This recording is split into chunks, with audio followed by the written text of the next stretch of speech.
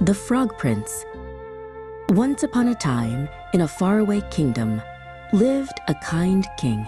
He had many daughters, but the youngest was the most beautiful of all. Her beauty was so radiant that the sun itself, which had seen so much, was astonished every time it shone upon her face. Near the king's castle was a large, dark forest, and amidst the dense foliage, under an old lime tree, was an ancient well. The well was deep, and its water was crystal clear and cool. This was the princess's secret place. On warm days, the princess would often go to the edge of the forest and sit by the well to play. Her favorite toy was a solid gold ball. She could toss it for hours, watching it sparkle in the sun. One day, as she tossed the golden ball high, she reached out to catch it but missed. The ball bounced on the ground, rolled a short distance, and then with a plop, fell straight into the deep well. The princess ran to the well and looked down, but it was so deep she could not see the bottom, only darkness. Her beloved ball was gone. She began to cry, and her sobs grew louder, echoing through the forest. She felt that nothing could comfort her. As she was sobbing in despair, a voice called out, "What is the matter, O princess? You weep so bitterly that even a stone would be moved to pity." She looked around to see where the voice came from and saw a frog sticking its big, ugly head out of the water. "Oh, is it you, old frog?" she said. "I am crying because my golden ball has fallen into the well." "Be quiet," the frog answered. "I can help you, but what will you give me if I retrieve your ball for you?" The princess hastily promised. "Anything you want? My clothes, my pearls and jewels, even the golden crown I am wearing." The frog replied, "I do not need your clothes, your pearls and jewels, or your golden crown. I want you to love me, to let me be your companion and playmate." The frog continued, "I want to sit next to you at your little table, eat from your little golden plate, and drink from your little cup." The princess listened, disgust growing on her face. "And," the frog concluded, "I want to sleep in your beautiful bed." At this, the princess almost started crying again, but the thought of losing her golden ball was even more frightening. "Oh yes," she said, "I promise you everything you wish if you will only bring me my ball back." But to herself she thought, "What is this silly frog talking about? He can only live in the water and croak. He cannot be a companion to a human being."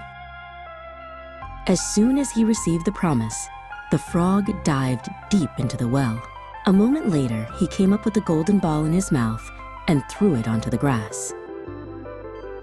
The princess was overjoyed to see her beautiful toy again. She picked it up and thought of nothing but running home as fast as she could, completely forgetting her promise to the poor frog.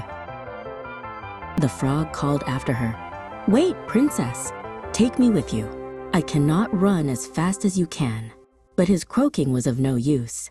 She did not look back and soon disappeared into the castle. The next day, as the princess was sitting at dinner with the king and all the courtiers, she heard a strange noise.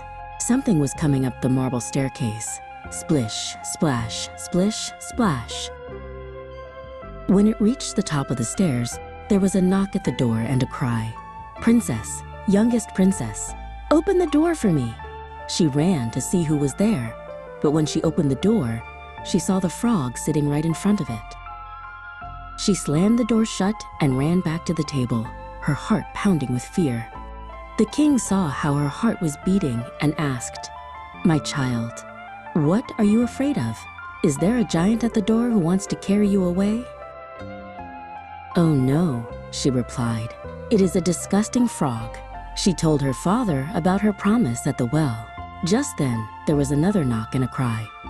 "Princess, youngest princess, open the door for me. Do you not remember your promise by the well?" The king said sternly, "What you have promised, you must perform. Go and let him in." The princess reluctantly went and opened the door.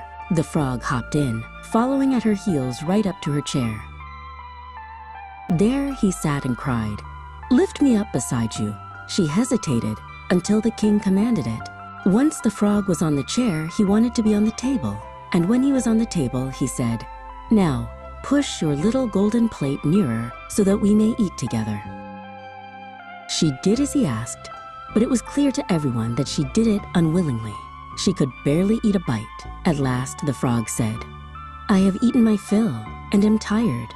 Now carry me to your room and prepare your little silk bed so that we may go to sleep." The princess began to cry, for she was afraid of the cold frog and did not want him in her beautiful, clean bed. But the king grew angry and said, "He who helped you when you were in trouble ought not to be despised by you afterwards." There was no other way. She picked up the frog with 2 fingers, carried him to her room, and set him in a corner. But when she was in bed, he crept to her and said, "I am tired. I want to sleep as well as you. Lift me up, or I will tell your father." At this, she was terribly angry. She picked him up and threw him with all her might against the wall. "Now you will be quiet, you disgusting frog." But when he fell, he was no longer a frog, but a prince with kind and beautiful eyes. He told her that a wicked witch had enchanted him and that she alone could break the spell. With her father's consent, he became her dear companion and husband. The next morning, a carriage arrived to take them to his kingdom, and they lived happily ever after.